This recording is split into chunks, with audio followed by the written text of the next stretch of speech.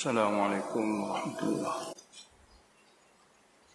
Surah Al-Qasas ayat yang ke-84. Alhamdulillahi Rabbil Alamin. Allahumma salli wa sallim ala Muhammad wa ala ali Muhammad. Allahumma wafiqna lima tuhibbu wa tarda, ja'ala akhiratana khairan minal ula. Radina billahi rabban wa bil islami dina wa bi Muhammadin nabiyyan wa rasula. اللهم اشرح صدورنا للإسلام، اللهم حبب إلينا الإيمان وزينه في قلوبنا وكره إلينا الكفر والفسوق والعصيان، اللهم اجعلنا من الراشدين. وصلى الله على محمد وعلى آله وصحبه وسلم. أعوذ بالله من الشيطان الرجيم.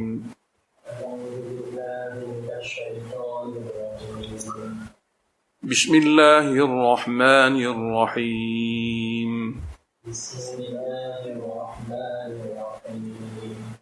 من جاء بالحسنة فله خير منها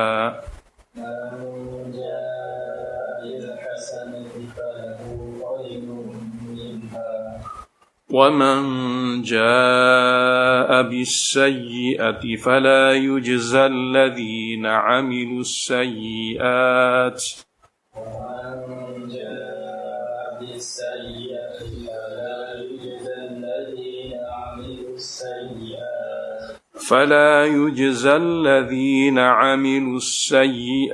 إلا ما كانوا يعملون.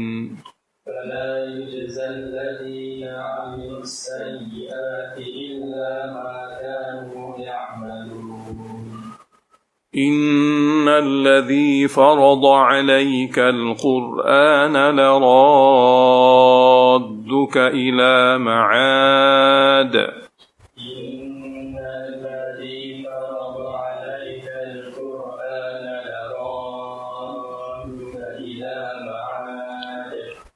قل ربي أعلم من جاء بالهدى ومن هو في ضلال مبين.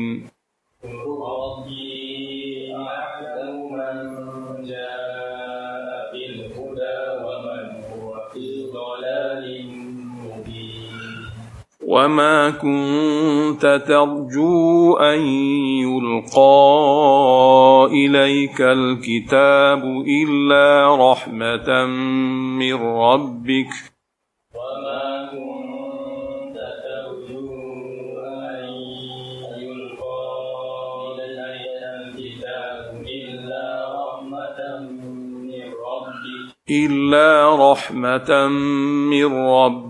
فلا تكونن ظهيرا للكافرين.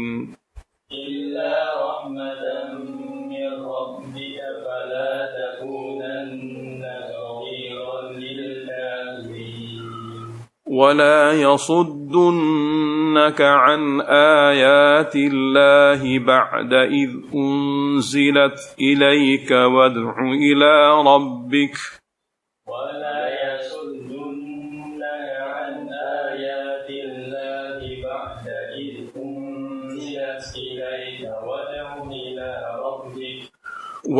إلى ربك ولا تكونن من المشركين.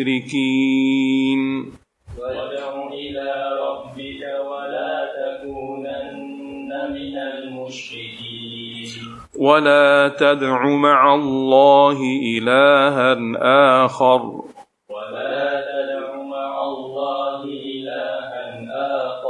لا إله إلا هو كل شيء هالك إلا وجهه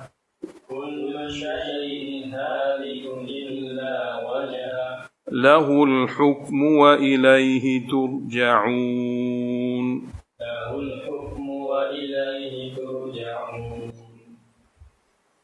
Ayat penutup daripada ayat 84 hingga ayat 88. Jadi biasanya khatimah atau penutup surah Dia akan mengulangkan sama perkara yang disebut pada permulaan surah. Biasanya begitu. Jadi permulaan surah Qasas daripada ayat 1 hingga ayat 6. Iaitu macam mana berlakunya daripada pemberitahuan Allah dengan cara penurunan wahyu. Allah nak ubah keadaan. Allah nak ubah keadaan golongan yang tertindas Bani Israel dengan memberi kepada mereka kemenangan. Dan Allah Ta'ala nak mengalahkan, nak menghapuskan golongan-golongan zalim yang menindas. Turunnya wahyu tujuannya untuk adakan perubahan. Adanya perubahan. Lalu Bani Israel yang semua ini tidak ada murabbi, yakni tidak ada nabi. Menjadi hamba bagi Qibti. Mungkin kerana Bani Israel telah dikira terlanjur melakukan kesilapan dan kesalahan dengan Allah. Lalu Allah biarkan mereka dizalimi. Allah tak bantu mereka. Allah Ta'ala guna yang lebih zalim untuk menzalimi orang yang zalim. Seperti mana Allah Ta'ala beritahu dalam ayat lain. وَكَذَلِكَ نُوَلِّي بَعْضَ الظَّالِمِينَ بَعْضًا. Beginilah kami bagi kuasa kepada setengah yang zalim untuk menindas kaum zalim yang lain sebagai hukuman duniawi. Jadi pemberitahuan Allah pada awal surah nak ubah Bani Israel mustad'afin, ya da'if. Walaupun mereka daripada keturunan Nabi-Nabi, golongan yang baik-baik, tapi oleh kerana mereka terlanjur lupa kitab Allah, lupa syariat Allah, lalu mereka ditindas. Allah nak ubah mereka dengan cara Allah Ta'ala datangkan kepada mereka Nabi. Nabi pun bukan orang lain. Nabi yang lahir di Mesir. Daripada suatu masa dahulu menjadi satu sejarah besar. Masa kecil dia tu dipelihara oleh Firaun, dia kembali dan dilantik menjadi Nabi. Dialah penyebab bagi perubahan Bani Israel.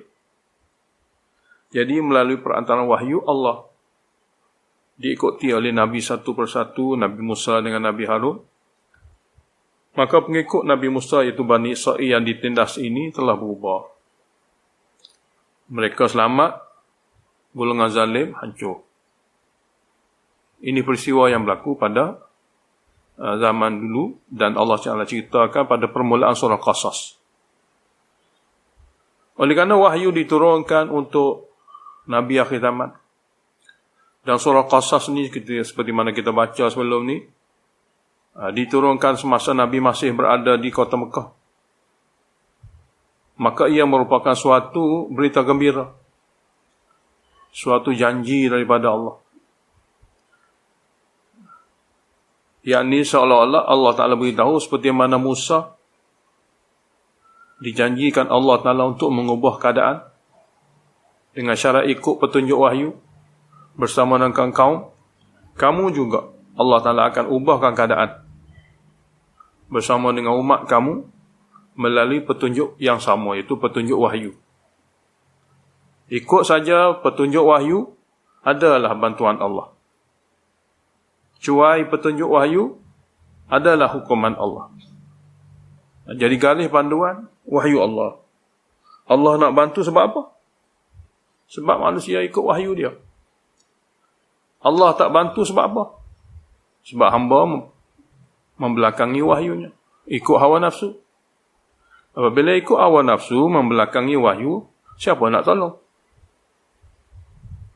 Allah Ta'ala tidak pernah janji pada mana-mana hamba nak tolong kerana dia minta tolong.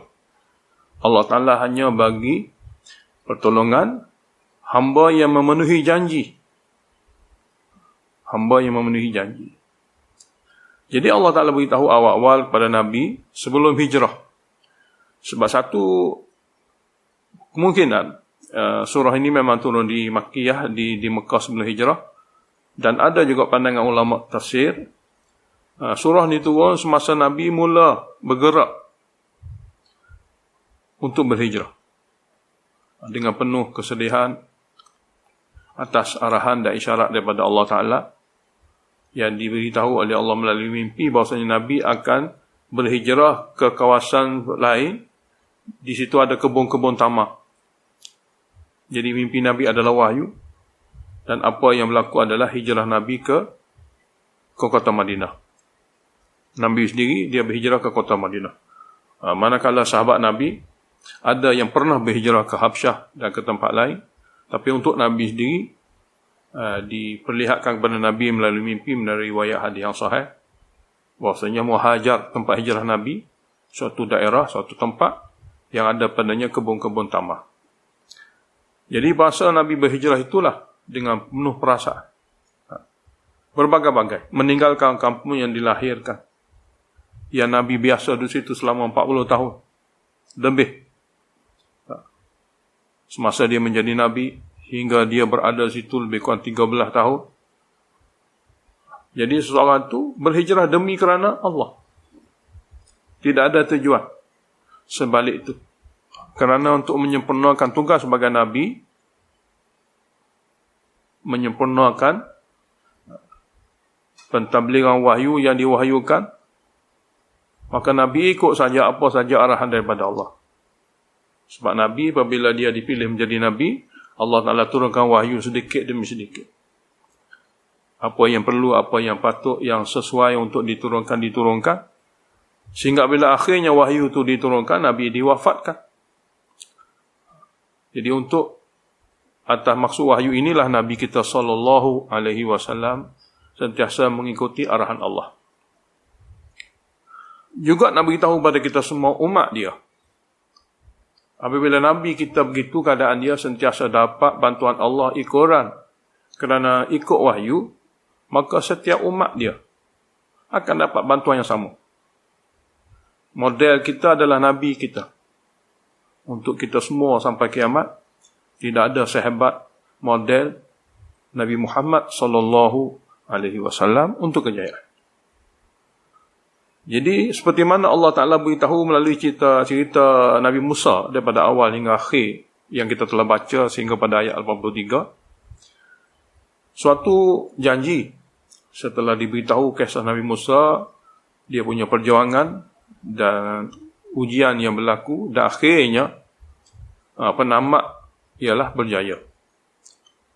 Zahir di dunia lagi alamat kejayaan. Maka seperti mana kamu dengar, wahai Muhammad, cerita Musa AS, dia diganggu ikuran kerana wahyu, bukan kerana dia Bani Israil semata-mata, kerana wahyu, ajak kepada tauhid, ajak kepada risalah dan ajak kepada akhirat. Akhirnya orang istiqamah dalam perkara ini dibantu. Maka seperti itulah kamu, wahai Muhammad, juga akan dibantu. Jadikanlah surah Qasas ini sebagai pedoman.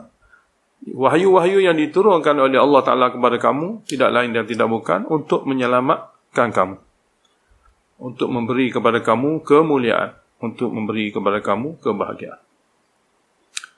Itu hubung kait di antara akhir penutup, ayat-ayat akhir penutup dengan ayat-ayat awal surah 1 hingga 6. Jadi kita boleh tengoklah. Kita boleh tengok.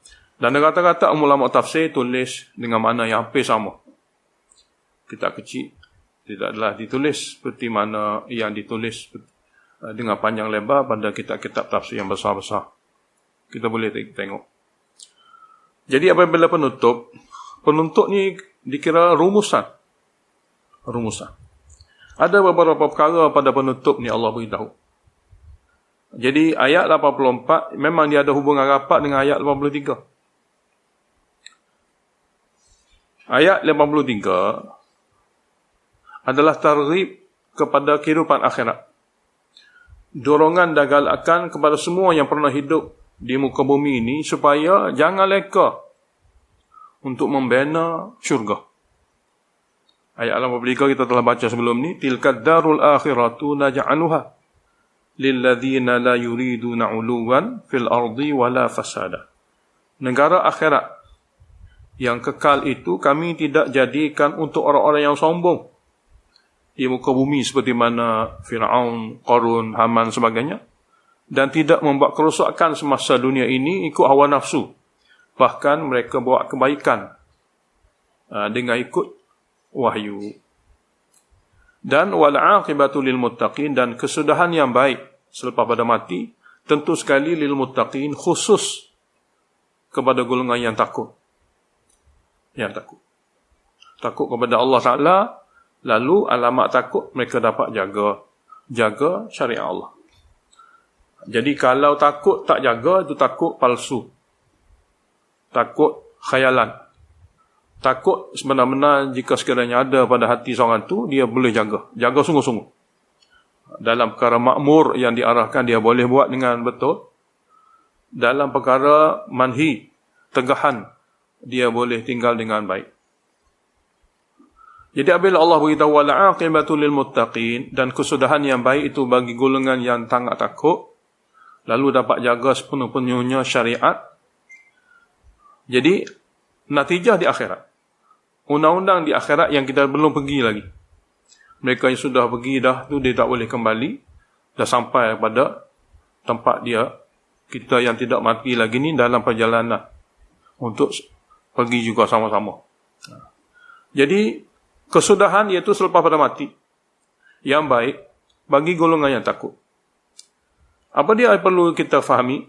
Allah kata man jaa bil hasanati, siapa saja datang bawa hasanah, kebaikan, kebajikan, falahu khairum minha, maka dia akan dapat lebih baik balasan daripada hasanah yang dia buat. Kalau dia buat 1, dia balas 10 atau 500 atau lebih. Allah yang lebih mengetahui. Sukanya Allah Ta'ala kepada hasanah yang dibuat oleh manusia kerana ikut dia, ikut wahyu dia. Buat 1 dapat 10. Seperti mana Allah beritahu dalam surah lain. Ada ataupun dia dapat 500, seperti mana Allah beritahu dalam ayat lain. Atau lebih pada itu, seperti mana Rasulullah SAW beritahu dalam hadis-hadis sabdaan baginda. Maknanya bawa hasanah dan kebajikan. 1 walaupun sekecil mana sekalipun diganda-gandakan, diberi lebih balasan. Dia akan dapat khairun, lebih baik, kualitinya, kuantitinya. Kualiti memang, sebab perkara syurga ni memang semua lebih baik. Dan lama masa yang dia akan perolehi benda tu, selama-lama. Jadi perbahasan dalam ayat ni, undang-undang Allah adalah apabila kita dapat membawa kepada Allah Ta'ala hasanah, kebaikan dan kebajikan. Jadi tajuk kebajikan dan kebaikan ni, mesti 2 perkara kena sabit, kena ada. Pertama, perkara itu memang ada diajar atau diberitahu daripada wahyu Al-Quran, qala Allah, atau diberitahu oleh Nabi melalui sabdaan, qala Rasulullah. Benda tu memang sabit, ia adalah hasanah. Begitu banyak, begitu luas. Begitu banyak dan begitu luas. Yang kedua, hasanah itu dibuat ikhlas kerana Allah. Sebab di antara syarat makbul hasanah, bukan saja boleh buat benda yang betul, satu lagi, buat benda yang betul itu kerana Allah, dengan niat yang betul. Dengan niat yang betul. Jadi, benda yang betul dibuat dengan niat yang betul, walaupun sekecil mana sekalipun, balasan Allah akan ganda-gandakan. Jadi, tak perlu takut, tak perlu bimbang, tak perlu khawatir. Amalan-amalan baik ni, minta buat saja. Allah akan bagi balasan. Allah Ta'ala tidak akan kecewakan. Harapan seorang hamba apabila dia baik-baik, akan dibalas. Allah tidak akan kecewa. Sebab tu Allah beritahu pada hamba dia, buatlah segala-gala amalan baik sebelum kamu menghadap dia. Sekiranya amalan baik itu hasanah, yang memenuhi syarat dan ciri yang dikehendaki oleh Allah Ta'ala, Allah Ta'ala akan ganda-gandakan. Nabi SAW bersabda suatu riwayat, kamu jangan memandang remeh akan perkara makruf, akan perkara baik. Walaupun amalan baik itu, kadar kamu senyum apabila kamu bertemu dengan saudara kamu. Senyuman itu juga adalah perkara makruf, yang kamu apabila boleh buat, dia akan jadi perkara hasanah. Lebih-lebih lagi perkara-perkara lain, baik dari segi infaknya, baik dari segi jihadnya, baik dari segi ibadatnya, baik dari segi hubungan hamba dengan hambanya. Jadi seseorang tu kena usaha pastikan segala amalan-amalan yang dia buat itu menepati syariat dan sunnah, ikhlas kerana Allah Subhanahu Wa Taala sebaik dan sebanyak mungkin. Yang kedua, dia kena pastikan hasanah itu kekal, tidak batal. Kekal, tidak batal. Sebab mungkin seorang tu pernah buat amalan baik, tapi kadang-kadang dengan sebab dia terpedaya, tertipu oleh syaitan, dia menyebut-nyebut kembali.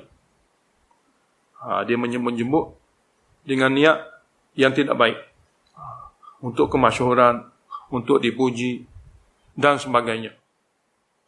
Boleh jadi dengan sebab itu amal hasanah tadi terbatal.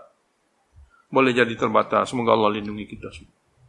Jadi kena jaga hasanah yang telah dibuat dulu sampai hari ini, sampai bila-bila, kena jaga. Dan minta kepada Allah Ta'ala supaya setiap amal-amal yang kita buat itu janganlah habis dan gugur begitu saja seperti air batu. Bahkan bawa sama-sama kita semasa kita mati. Dan kita hendaklah usahakan supaya amalan baik kita menewasi amalan jahat, amalan buruk. Kena banyak amalan baik berbanding dengan amalan buruk. Kerana mengikut keadilan, apabila amalan baik menewasi amalan buruk, maka dia berjaya. Dan seterusnya, perkara-perkara yang jenis amalan buruk ni, jangan biarkan dia tidak ditaubatkan. Sebab dia diberi peluang. Buruk banyak mana, besar mana sekalipun, kalaulah ditaubatkan dia, maka dia akan dihapuskan seperti tidak pernah buat. Orang yang betul-betul bertaubat dengan taubat nasuha, seperti satu orang tidak pernah melakukan amalan buruk. Jadi dia mampu, sebelum dia mati dia mampu bertaubat. Dia kena tahu amalan buruk itu dan dia bertaubat kepada Allah Ta'ala dengan penuh penyesalan dan tidak akan mengulangi lagi. Dengan penuh penyesalan dan tidak akan mengulangi lagi. Jadi kalau banyak amalan baik dan amalan buruk telah ditaubatkan, jadi kejayaan lah akan dia peroleh. Itu nisbah pada amalan baik, undang-undang Allah.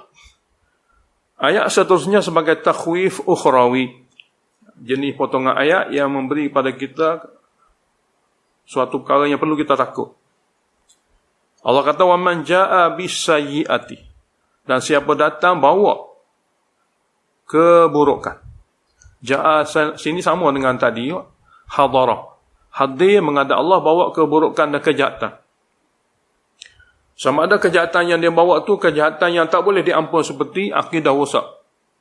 Sama ada dengan sebab syirik kepada Allah, sama ada dengan kufur, perkara-perkara lain yang bersangkut paut dengan rukun iman. Lalu dia dikira kufur. Dia tauhid, dia tolak Nabi akhir zaman, kufur. Dia tauhid kepada Allah, dia terima Nabi akhir zaman, tapi dia tolak ayat Al-Quran, kufur. Dan sebagainya. Jadi dia kena pastikan tiada penolakan daripada segala rukun iman. Kalau penolakan berlaku, maka dia dikira bawa keburukan yang sangat dahsyat, yang tak mungkin dia boleh masuk syurga ataupun keluar daripada neraka. Semoga Allah lindungi kita semua. Amin. Jadi siapa datang kepada Allah Ta'ala bawa keburukan, sama ada kufur dan syirik, ataupun keburukan dosa-dosa yang lain, besar atau kecil. Besar atau kecil. Fala yujzal ladzina amilus sayyi'at, maka tidak diberi balasan kepada orang-orang yang melakukan keburukan. Illa ma kanu ya'malun, melainkan setimpal seimbang dengan apa yang mereka lakukan sahaja, yakni tidak digandakan 10 atau lebih. Untuk kebaikan saja Allah muliakan seorang tu, Allah hargai amalan baik yang mengikut wahyu, Allah ganda-gandakan mengikut kehendak dia, bermula pada 10 dan seterusnya. Tapi amalan buruk tidak. Allah tak zalim. Buat satu amalan buruk, maka satu balasan. Buat 100 amalan buruk, maka 100 lah balasan. Allah tak akan zalimi. Cuma kenapa diulangi? Jadi sini Allah Ta'ala ulangi sayyi'ah 2 kali. Wa man ja'a bisayyi'ah. Kemudian Allah beritahu, fala yujzal ladzina 'amilus sayyi'at. Sayyi'ah kali pertama maknanya nak sabitkan manusia ni mati tidak bertaubat, sehingga sayyi'ah yang dia buat, keburukan dan kejahatan yang dia buat, bawa bersama dalam kubur dia. Tak dapat tidak, dia tak boleh tinggalkan. Dia bukan berpisah roh dengan badan saja, bahkan dia kena bawa bersama-sama apabila perpisahan itu dengan keburukan-keburukan dan kejahatan-kejahatan dia. Dia tak boleh buang, dia tak boleh tolak. Yang tak ikut dia mungkin benda-benda. Kawan kerabat dia tak boleh ikut dia. Rumah, kenderaan dia tak ikut dia. Tapi yang pasti akan ikut dia, amal baik dia atau amal buruk dia. Jadi Allah Ta'ala beritahu, waman ja'a, siapa dia hadir bawa keburukan, iaitu keburukan yang dia pernah buat dan tak bertaubat, akan turut bersama-sama. Kemudian Allah Ta'ala ulangi pula, Allah Ta'ala tidak adakan sirah dengan fala yujzauna, mereka tidak akan dibalas. Sebaliknya Allah Ta'ala adakan isim zahir, tidak dhamir, dengan bentuk isim mausul. Fala yujzal ladzina 'amilus sayyi'at, maka tidak dibalas orang-orang yang melakukan amalan keburukan. Nak beritahu pada kita, dibalas dengan sebab dia buat amalan buruk. Amalan buruk ni amalan yang patut tak boleh buat, sebab dia buruk. Yang patut manusia buat amalan baik saja. Amalan buruk ni tak patut buat.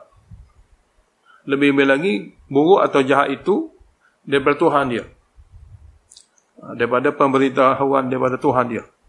Jadi oleh kerana dia buat amalan, datang kepada Allah bawa amalan buruk, dan tidak diberi balasan kepada orang yang buat amalan buruk. Jadi diulangi alladzina 'amilus sayyi'at litauhin, untuk menghinakan pelaku.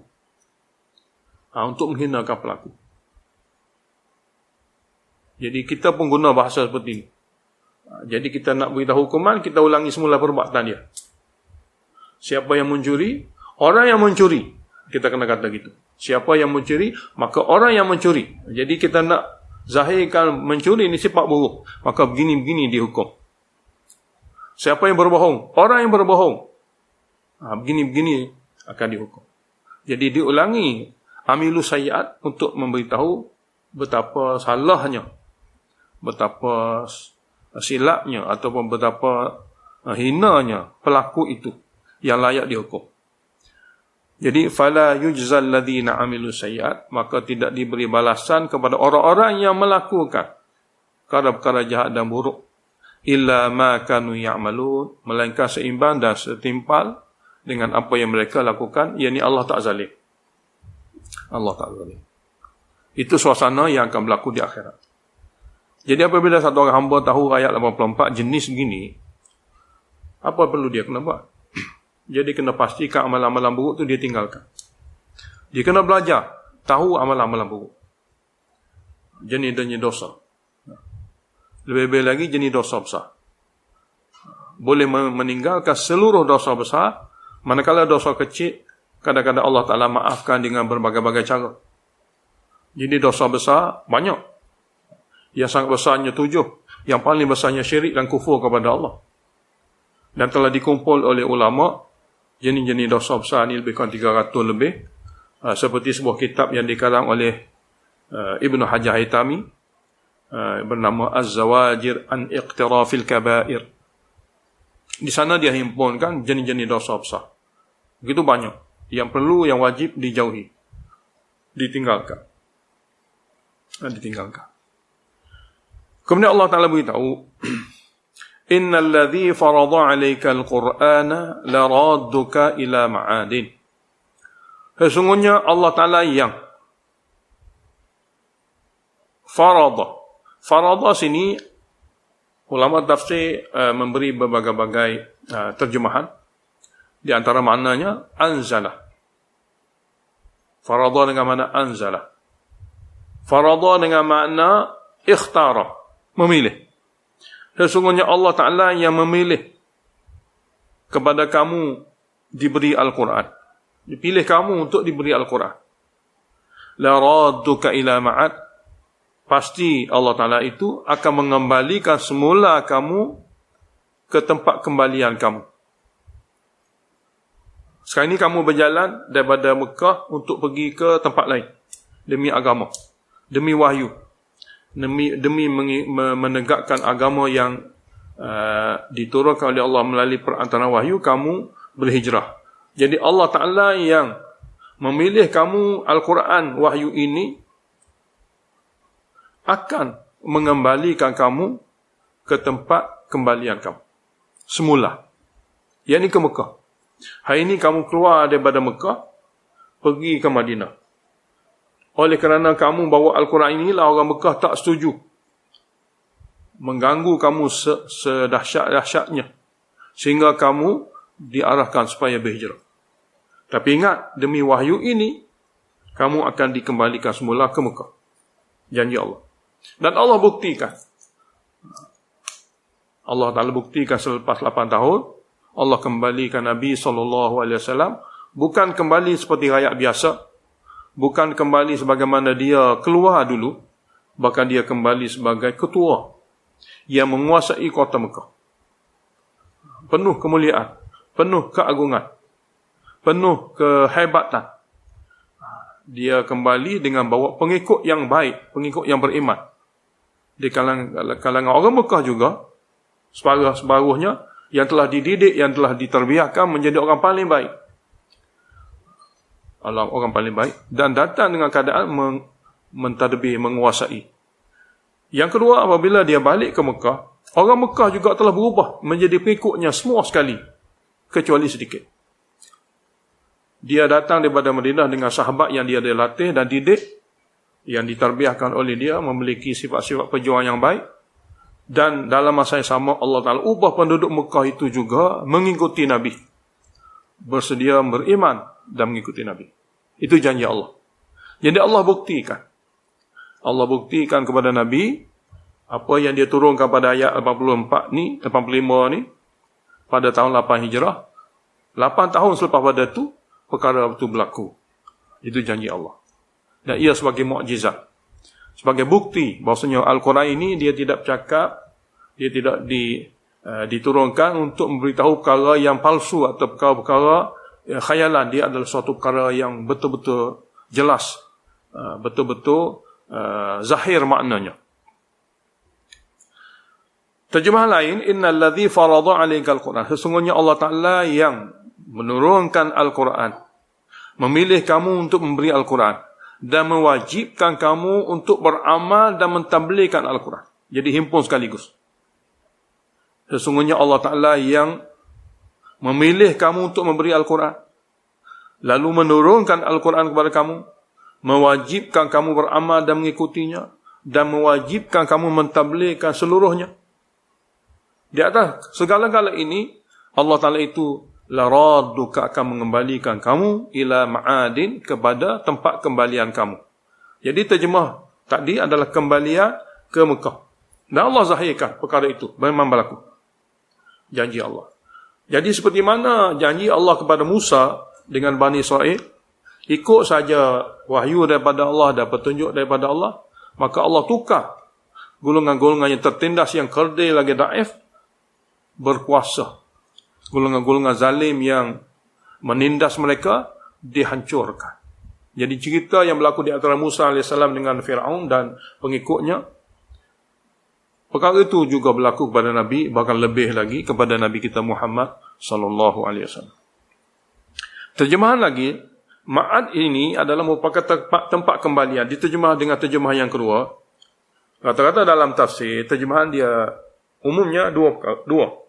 Walaupun ada pandangan-pandangan banyak yang lain, tapi umumnya tafsir di sini dua. Sebab ma'ad tempat kembali. Dia asal daripada ada ya'ud. Dia ada dalam Al-Quran mi'ad. Sana makna janji. Asal pada wa'ada ya'idu. Jadi wa'ada ya'idu, mi'ad, dia janji. Sini ada ya'udu, ma'adan. Sama ada isim makan atau masdar mimi. Jadi Allah Ta'ala yang menurunkan Al-Quran kepada kamu, wahai Muhammad. Kamu dipilih untuk mendapatkan Al-Quran dengan cara diberi wahyu. Allah Ta'ala janji untuk mengembalikan kamu kepada tempat kembalian kamu, syurga. Kamu dulu datang daripada syurga, datuk nenek kamu, iaitu Adam dengan Hawa. Dia datang daripada syurga ke dunia. Ke dunia untuk menyempurnakan ujian. Allah Ta'ala berfirman dalam ayat lain, dalam surah Al-Baqarah dan surah lain, setelah mereka yang datang ke dunia ini melalui zuriat yang dilahirkan asal daripada Adam dan Hawa, datang kepada mereka itu wahyu petunjuk daripada Allah. Orang boleh ikut wahyu petunjuk, dia boleh kembali semula ke syurga. Sana pun Allah beritahu, sini pun sama. Allah Ta'ala fardukan kepada kamu, wahai Muhammad, Al-Quran, yang Allah mewajibkan kamu belajar dan ikut, mewajibkan kamu mentadbirkannya. Dia akan mengembalikan kamu ke tempat asal kamu, syurga. Ke syurga. Jadi nak kembali ke tempat asal tanpa Al-Quran tidak mungkin. Untuk zaman akhir ni, wahyu Al-Quran lah. Satu-satunya adalah wahyu yang disyaratkan. Untuk zaman sebelum, dia ada kitab masing-masing. Asalnya wahyu. Asalnya Ar-Risalah, wahyu daripada Allah Ta'ala. Perkara-perkara yang Allah Ta'ala adakan sebagai syarat untuk boleh kembali ke syurga. Jadi pada umat akhir, pada kita semua, melalui Nabi kita, Nabi besar Muhammad sallallahu alaihi wasallam, ketua dan penghulu yang paling agung bagi segala Nabi, diberi kitab yang paling agung, yakni Al-Quran, untuk kita boleh kembali semula ke syurga. Ma'ad dengan mana? Ke syurga. Jadi Allah Ta'ala yang memilih kamu dengan diturunkan Al-Quran, dia akan mengembalikan kamu ke syurga. Seperti mana Allah Ta'ala mengembalikan mereka-mereka yang lain pada zaman sebelum, yang mengikuti wahyu Allah ke syurga, maka kamu juga akan dikembalikan ke syurga. Jadi ma'ad dengan makna tempat kembali al-jannah, yang di syurga. Jadi dua terjemahan. Kembali Mekah semasa dunia ini dan memang sudah terbukti. Satu lagi, janji ke syurga. Jadi digabung sekaligus. Dua terjemahan dipakai sekaligus, tidak ada masalah. Dan ini satu kaedah biasa. Mana-mana yang boleh dihimpun sekaligus. Jadi pada Nabi kita, dia kembali ke Mekah. Pada semua umat dia, Quran ini diturunkan sebab janji Allah untuk orang yang diberi kepadanya Al-Quran akan dikembalikan ke syurga. Maka malanglah, sial manusia yang tidak diberi Al-Quran, dia tak mungkin boleh kembali ke syurga. Sebab ini adalah janji daripada Allah. Jadi innalladzi farada 'alaikal Qur'ana, sesungguhnya yang telah menurunkan Al-Quran, yang telah memilih kamu dengan memberi Al-Quran, yang telah mewajibkan kamu belajar dan mengikuti Al-Quran, yang mewajibkan kamu untuk mentadbir dan menyebar Al-Quran, dia akan mengembalikan kamu, wahai Muhammad, ke syurga. Ila ma'adin, ke tempat kembali asal, itu syurga. Jadi masuk semua dalam ayat ni, kita semua umat dia. Tinggal lagi, semasa ayat Al-Quran ini diturunkan, orang Mekah kata-kata berfaham mereka yang benar. Mereka menuduh Nabi dan golongan-golongan yang mengikut Nabi, golongan sesat. Mereka anggap, mereka perasan mereka benar.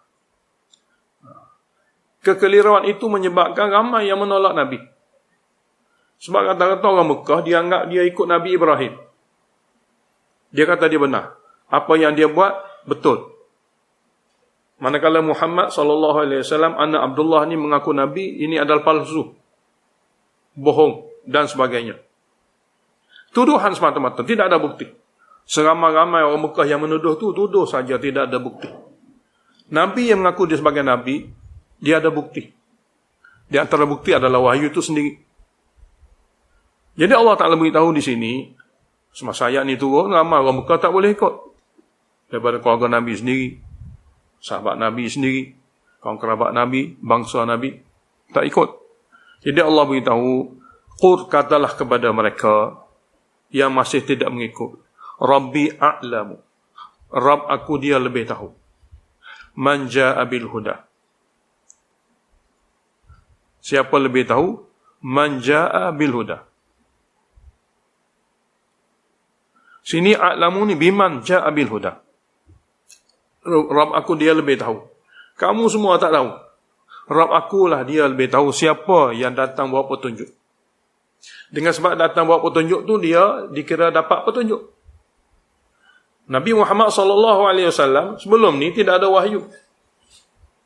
Nabi sebelum ni tidak ada wahyu. Allah beritahu dalam surah lain, Allah dapati Nabi dhalan, tak jumpa jalan. Fahada, lalu Allah bagi pada Nabi petunjuk. Apa makna bagi petunjuk? Dengan cara penurunan wahyu. Jadi Allah lebih tahu di antara mereka semua orang Mekah yang bercakap Arab ni, man jaa bil huda, yani biman jaa bil huda, siapa yang datang bawa petunjuk. Dengan sebab itu dia dikira dapat petunjuk. Mengaku saya betul, bukti tidak ada, itu pengakuan. Tapi satu orang tu kata saya betul kerana saya ada petunjuk, kerana ada saya dalil, maka dakwaan berserta dalil. Jadi dakwaan berserta dalil lah dia yang dikira sahih. Dakwaan tanpa dalil tidak sahih. Semua orang boleh mengaku, bukti tidak ada, tapi mengaku dengan disertakan bukti, itu saja yang diterima. Itu kaedah biasa. Jadi Allah lah lebih tahu seorang yang datang bawa petunjuk, yakni wahyu ilahi. Maka dengan sebab tu dia muhtadi, dia terpimpin. Dan Allah lebih tahu waman huwa fi dhalalim mubin, siapa yang sebelum ini terus menerus hingga saat ini masih berada dalam kesesatan yang jelas nyata. Ja'a dengan fa'il nak beritahu hidayah ni baru datang. Fi dhalalim mubin, sebelum ini terus menerus dalam sesat, sebab hidayah tak sampai lagi pada mereka. Jadi Allah lebih tahu seseorang yang telah didatangi wahyu kepadanya, lalu dia bawa petunjuk itu, wahyu itu sebagai dalil. Dan Allah lebih tahu siapa yang terus menerus daripada dulu lagi berada dalam kesesatan yang jelas nyata. Makna orang Mekah lain-lain yang tidak ada bersamanya wahyu, dakwaan saja katakan mereka betul, tapi mereka sebenarnya berada dalam kesesatan yang nyata terus menerus. Kemudian Allah Ta'ala beritahu lagi, kamu wahai Muhammad,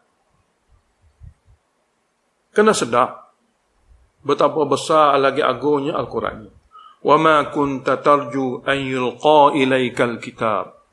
Dan kamu tak pernah mengharapkan ditalakikan kepada kamu, dikurniakan kepada kamu wahai Muhammad kitab wahyu Al-Quran. Kamu tak pernah mengharapkan ini. Bukan daripada cita-cita kamu, bukan daripada keinginan asal kamu, bukan daripada harapan kamu. Illa rahmatan min rabbi, akan tetapi penurunan wahyu dengan memilih kamu menjadi nabi semata-mata rahmat daripada Tuhan kamu. Jadi jangan jadilah ilmu wahyu yang kamu sedang terima ni penyesaan, penyusah hidup kamu, bahkan dia satu rahmat yang sangat besar. Kamu tak terfikir sebenarnya kamu akan menjadi satu orang nabi. Kamu tak terfikir sebenarnya sebelum ini kamu akan diberi wahyu. Tapi Allah Ta'ala dengan rahmatnya yang istimewa telah bagi kepada kamu wahyu. Hari ini kita semua, mungkin kita tak terfikir kita belajar wahyu. Tak terfikir kita dilahirkan daripada keluarga Islam. Allah pilih untuk memberi seseorang itu agama Islam. Allah pilih untuk memberi kepada seseorang itu wahyu Al-Quran. Allah Ta'ala pilih untuk memberi kepada seseorang itu mempelajari peninggalan Nabi, hadis-hadis baginda sallallahu alaihi wasallam sebagai bukti cinta kepada Nabi. Allah Ta'ala pilih untuk seorang itu berjuang, berusaha untuk menghayati wahyu Al-Quran yang dia pelajari dan mengikuti jejak langkah Nabi daripada ilmu hadis yang dia pelajari. Itu semua pemberian daripada Allah sebenarnya. Janganlah kamu anggap bahawasanya ini suatu bebanan yang menyusahkan kamu. Ia adalah satu rahmat. Maka hargailah rahmat ini. Jangan ada dalam hati kamu sebarang kebimbangan di atas pemberian nikmat yang agung ini. Kalau ada asbab-asbab ini kepada kamu, berarti alamat baiklah kamu selepas mati kamu. Nabi Allah bagi Al-Quran, dia kembali menjadi ahli syurga. Mana-mana umatnya yang diberi perkara yang sama, yang pernah ada pada dada Nabi, diberi kepada mereka, maka dia adalah suatu orang yang sudah ada alamat yang zahir. Dia akan kembali kepada tempat yang sama. Mudah-mudahan Allah Ta'ala pilih kita semua daripada kalangan mereka yang dipilih untuk rahmat yang istimewa ini. Jadi akan tapi illa sini mana istisna munqati', dengan mana lakinna. Jadi kamu tak pernah mengharapkan diberi kepada kamu Al-Quran. Akan tapi ia semata-mata rahmat istimewa daripada Tuhan kamu. Oleh kerana itu, wahai Muhammad, Quran ini mengajar tauhid. Fala takunan zahira lil kafirin. Jadi fala takunan, maka jangan sekali-kali kamu membantu dan menyokong golongan yang ingkar, yang menyalahi wahyu yang diberi kepada kamu. Jangan sekali-kali menyokong. Termasuk jangan sekali-kali mengiyakan. Jangan sekali-kali bersetuju. Dalam kitab tulis, jangan sekali-kali bertolak ansur kepada golongan-golongan ingkar yang menentang wahyu. Oleh kerana wahyu ni adalah merupakan suatu rahmat yang istimewa, jangan kamu duduk sebelah pihak lain yang menentang ajaran wahyu. Jangan. Jadi fala takunan, maka janganlah sekali-kali kamu, wahai Muhammad, menjadi zahiran, yang makna mu'inan, penolong, pembantu kepada golongan yang ingkar wahyu. Lagi wala yasuddunaka an ayatillah, jangan biarkan mereka-mereka itu menghalang kamu daripada beramal ayat-ayat Allah dan mentabligkan ayat-ayat Allah. Jangan biarkan mereka itu menghalang. Maka kamu terus-menerus hendaklah menyempurnakan tanggungjawab supaya seluruh wahyu ini sampai kepada umat kamu. Janganlah menyebabkan tipu helah dan tindak tanduk mereka memberhentikan kamu daripada mentabligkan Al-Quran. Jangan sekali-kali tindak tanduk mereka yang tidak suka, yang anti kepada wahyu atau Al-Quran menyebabkan kamu berhenti untuk menyebar Al-Quran. Jangan sekali-kali. Wala yasuddunaka, dan janganlah mereka itu menghalang kamu, membiarkan kamu dihalang an ayatillah, daripada menegakkan ayat-ayat Allah, daripada beramal dengan segala tuntutan ayat-ayat Allah, daripada menyebarkan, mengajak kepada hamba yang lain akan ayat Allah. Ba'da id unzilat ilaik, setelah dia telah diturunkan kepada kamu. Maknanya apabila dia diturunkan, maknanya dia wajib disampaikan. Kalau diturunkan kepada kamu, apabila kamu sembunyikan, kamu akan dilaknat. Kata-kata Allah beritahu, wahyu ni benda yang baik. Sembunyi, dilaknat. Sebab, dapat rahmat. Jadi, jangan mereka menghalang kamu daripada beramal dan mentabligkan ayat-ayat Allah setelah dia diturunkan kepada kamu. Jadi macam mana nak hadapi? Wad'u ila rabbi. Ajaklah. Sini wad'u dengan mana amrul ibqai. Teruskanlah mengajak. Sebab Nabi sebelum ayat ni pun dia sudah mengajak. Sebab wahyu diturunkan untuk ajak manusia menerima Allah sebagai Rabb, menerima Allah sebagai Rabb, dan mengikuti ajaran Allah yang Allah turunkan merupakan syariat. Jadi awal-awal lagi Nabi begitu. Dan sini pun sama. Wad'u ila rabbi. Dan adalah sentiasa kamu terus-menerus mengajak ila tauhidi rabbik. Sini kena muqaddar tauhid, baru sampai makna. Dalam tafsir Ruhul Ma'ni, ila rabbika makna kepada mentauhidkan Rabb kamu. Kerana kata-kata orang Mekah, Allah Ta'ala wujud Allah ada tu sudah ada dalam pemikiran mereka. Mereka boleh bezakan Allah Ta'ala pencipta, lain-lain itu makhluk. Sekalipun dia memuja Nabi, dia memuja wali, dia memuja malaikat dan sebagainya, itu merupakan wakil, makhluk-makhluk yang terpilih untuk menjadi wakil Allah pada pahaman mereka. Dia bukan Allah. Jadi kalau sekadar itu, orang Mekah pun sudah tahu. Oleh kerana itu ayat ini bila nak diterjemahkan, kena kata wad'u ila tauhidi rabbik, seperti mana yang ditulis oleh ulama tafsir seperti Ruhul Ma'ni dan sebagainya. Jadi ajaklah, teruslah mengajak kepada mentauhidkan Tuhan kamu. Kerana dia memiliki segala sifat sempurna. Dia boleh buat segala-gala. Dia tahu segala-gala, dia boleh buat segala-gala. Tidak terhalang segala tindak tanduk oleh mana-mana makhluk. Manakala makhluk tak kira siapa, daif, berhajat kepada izin Allah. Pergantungan kepada makhluk, pergantungan kepada yang daif. Manakala pergantungan kepada Allah, pergantungan sebenar. Sebab dia boleh. Seperti mana dia boleh bantu di dunia, dia juga boleh memberi bantuan di akhirat. Jadi wad'u ila rabbi, dan serulah kepada mentauhidkan Tuhan kamu melalui ayat-ayat yang Tuhan kamu turunkan tentangnya. Wala takunanna minal musyrikin, dan jangan sekali-kali kamu daripada golongan yang menyekutukan Allah. Yang menyekutukan Allah, yang memuja banyak perkara, yang menyeru banyak. Menyeru hanya kepada Allah, jangan menyeru kepada banyak perkara. Oleh kerana itu, wala tad'u ma'allah, jangan sekali-kali kamu seru bersama Allah. Sebab seru itu ibadat. Ad-du'a'u huwal ibadah. Seperti mana muqaddimah lafaz seru, kita kata ya Allah. Apabila kita terbalikkan ya Allah, dia akan menjadi Allahumma. Seru sebagai muqaddimah ibadat. Maka wala tad'u ma'allah, janganlah kamu seru bersama-sama kamu seru Allah, kamu seru ilah-ilah yang lain. Ilah-ilah yang lain ni yang disebut dalam kitab tafsir ialah nabi-nabi yang telah wafat, wali-wali yang telah wafat, golongan jin, golongan malaikat dan sebagainya. Itu ilah-ilah yang lain. Jadi janganlah kamu seru bersama kamu seru Allah, seru juga ilah-ilah yang lain. Sebaliknya seru Allah sahaja, kerana dia adalah Allah yang memiliki kesempurnaan. Ilah-ilah adalah makhluk. Jadi kamu jangan seru bersama Allah ilah lain, jumlah ta'liliyah. Kerana apa? Sebab la ilaha illahu, sebab tidak ada ilah melainkan dia sahaja. Lain-lain itu semua makhluk, tidak layak ada sifat ilah. Yang memiliki sifat ketuhanan hanya Allah. Jadi la ilaha illahu sebagai jumlah ta'liliyah.